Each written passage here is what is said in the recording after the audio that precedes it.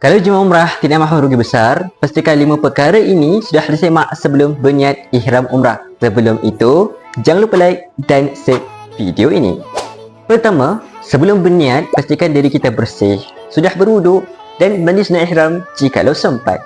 Kedua, untuk lelaki, pakai ihram 2 helai lepas yang tidak bercantum dan tidak berjahit. Untuk wanita, pakai ihram yang sudah menutup aurat dengan sempurna.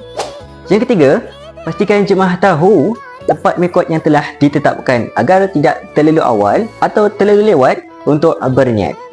Yang keempat, fahamkan niat ihram dahulu, bukan sekadar sebut tapi tahu apa yang sedang kita mulakan, iaitu beribadah kepada Allah.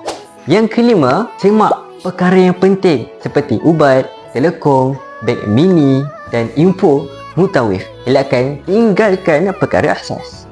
Kalau 5 perkara ini sudah disemak, maka lebih tenang untuk masuk ihram. Kalau bermanfaat, boleh komen terbaik.